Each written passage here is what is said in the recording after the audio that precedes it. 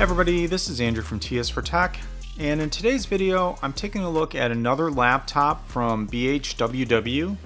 So BHWW, and this is their BaseBook Pro laptop. I don't know if you've watched a channel before, but I did do a video about their other entry-level laptop, the BaseBook, which is a 15.6-inch screen and an Intel lower-end Celeron processor. And basically the BaseBook Pro, slightly bigger. This is a 16.1-inch laptop, and it does feature a little bit of a higher spec Intel chip. So this one has an Intel Core i5-1035G7 processor. So that's up to 3.7 gigahertz of speed. Has 4 cores, 8 threads, Intel Iris Plus graphics, 6 megabytes of smart cache. It has a 1920 by 1200 full HD IPS display with the 16 by 10 aspect ratio.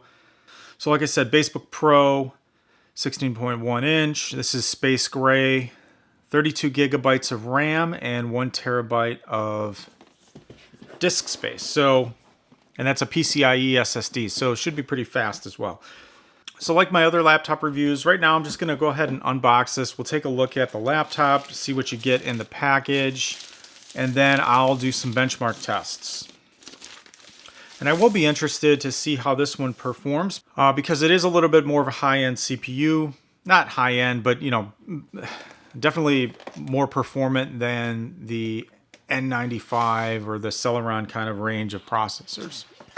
So if we look at what we get in here, we do have a laptop charging brick, cable, and with the other one as well, the other BaseBook, they do give you a mouse, which is again something that not very often you'll find with laptops, and you typically don't get a mouse included. And this is just a basic optical mouse, BHWW 2.4 gigahertz wireless.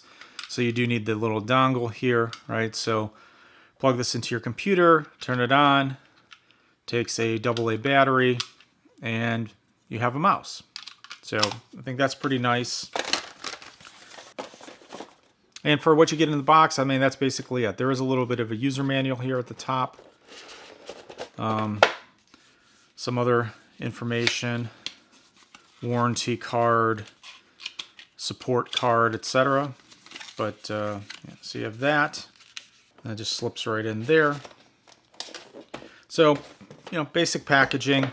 Now, obviously, if you're looking at this and you're like, wow, that looks like MacBook, right? Like, yeah, I mean, this does kind of look like Apple packaging, you know, in a way, right? So BaseBook Pro, kind of like MacBook Pro. So yeah, I mean, it looks like a Apple MacBook box. So as you can see here, now I think in this one, it feels like the top material is metal. The other one was plastic. Now, I mean, yeah, it feels like it's like an aluminum cover on the top, at least, or at least a skin of aluminum on the top. It still has some flex, but not as much as the other one. The rest of the laptop does look to be plastic, similar to the BaseBook. You know, this is the BaseBook Pro. Screen is a little bit bigger. Actually, screen is actually a really nice size. But, you know, very similar to the other laptop from a just look and feel perspective.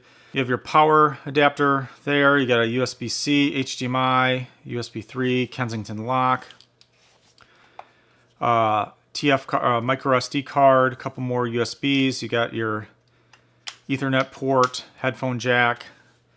If you're looking at the bottom, you have your downward facing speakers on either side.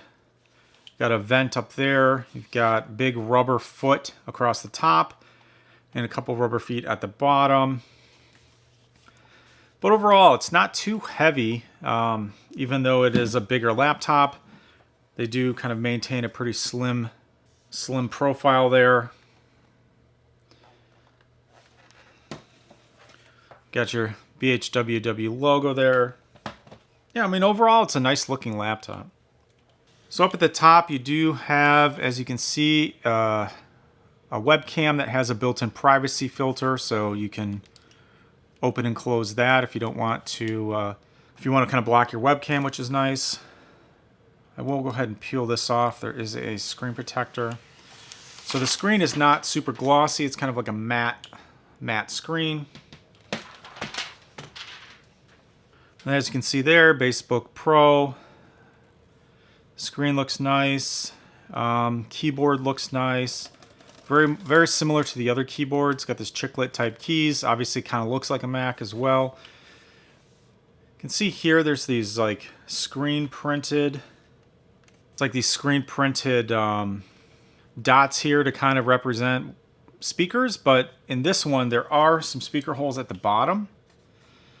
On the other one it looked like speaker holes, but there weren't any speaker holes. So you can see them right here on the bottom of each side. So we'll see if that sounds any better. But it also has the downward facing ones. Trackpad on this one feels a little nicer than the trackpad on the other one. It has a built-in fingerprint sensor as well, so you can do, you know, fingerprint unlock and that sort of thing. Full-size keyboard with a number pad, arrows over here, just kind of cool. Does have the split enter pipe / key, so they use this probably the same top case for international versions that have that kind of L-shaped enter key. But yeah, I mean, overall, very nice feeling laptop. And nice looking, right? So, you know, if I had this, I wouldn't feel like, oh, I've got some super cheap looking laptop. It looks really nice. You know, if anyone saw this, they'd probably be like, oh, that's an attractive laptop.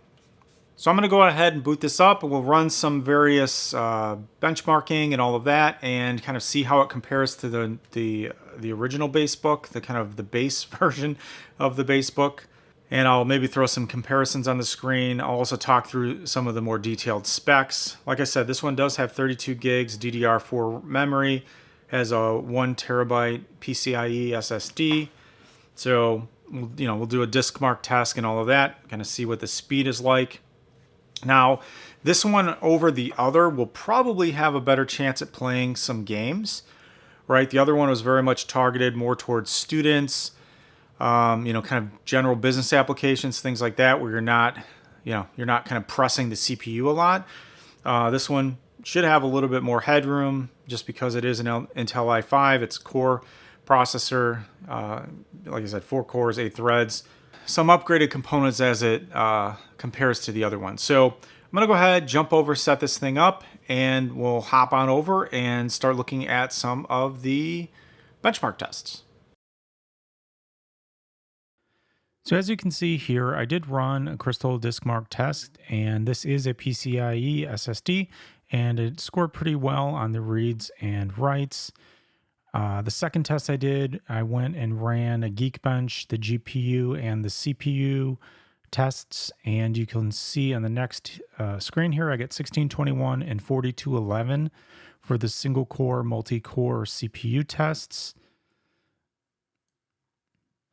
which I think is pretty decent for this chip in this computer.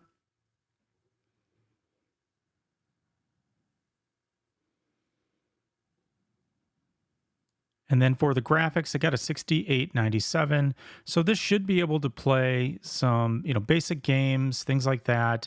Probably nothing like super high resolution or fast frame rates, but general casual gaming I think will work well in this laptop. I also ran a pass mark test, and as you see here, I get a 2707 overall, which puts it around 31st percentile. For that, CPU mark 7588, a 2D mark 322, 3D mark 1871, memory mark, like I said, 2944. Again, scoring higher. It does have pretty fast access to the memory and fast disk access. So overall, this is a pretty decently performing laptop, all things considered, for a broad range of tasks. Now here I just created a document from a Word template and just wanted to kind of test out the typing on the keyboard and see how responsive it was, if I had any issues, with the keyboard or anything like that. So I'll just, once I got my office activated, I just kind of was typing here and you'll just see. Overall, I did like the feel of the keyboard. Uh, no issues really at all, other than it is a little bit, yeah, you always have to get used to a new keyboard, obviously. And as you get used to it, you can type faster without mistakes. But is very responsive. The key action was good, and I didn't really have any issues. So overall, I do like this keyboard and the responsiveness of it.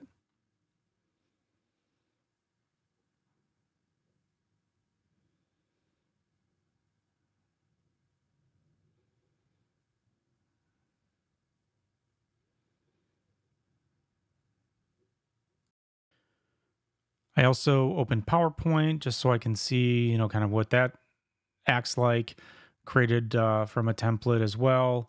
And as you can see, we can edit, obviously, the PowerPoint. And then what I'll do here is I just kind of flip it into presentation mode or kind of run through all the slides. And you can see it's pretty responsive, pretty quick, switching from slide to slide, no delays at all. So from that perspective, business tasks, everything, I think this would do pretty good. I didn't record it, but I was also using Excel a little bit earlier too.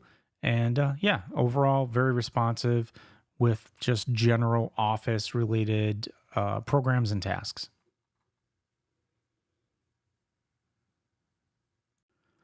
And then here I just jumped into Task Manager really quick, and you can see, right, 4.8 out of 32 gigs of memory used. The CPU is kind of low usage, and I had the screen recording on as well, and that usually eats up some CPU. And overall, just the not really pressed at all for any of the things that I did on this machine. It has a lot of overhead from a compute perspective, and overall, yeah, really nice.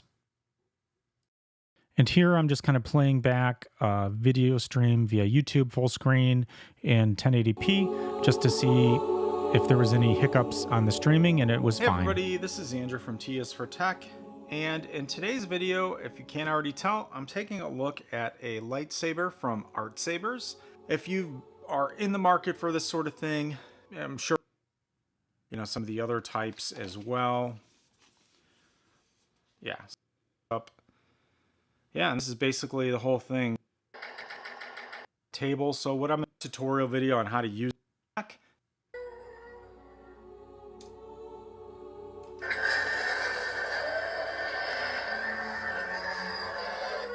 So overall, you can see that it was not stuttering or anything on the playback.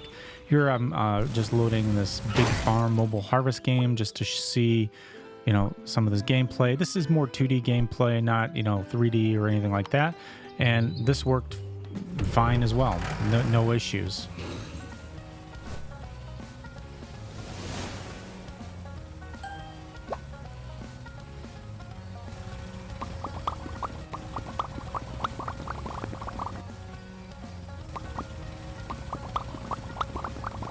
I also just installed and ran Roblox here, and I'm not at all a Roblox player. I don't even know what I'm doing, but I just wanted to show that, what it looks like in kind of like a 3D world. I'm totally stuck here. I couldn't get out the window.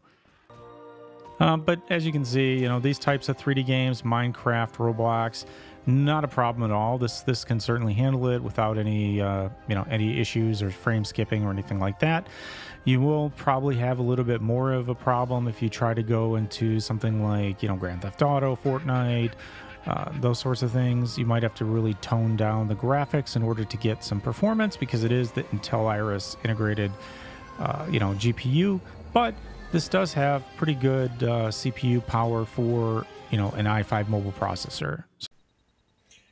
Hey everybody, this is Andrew from T is for Tech. I'm just testing out the sound and the video on this BaseBook Pro laptop. Now this is using the built-in camera, obviously.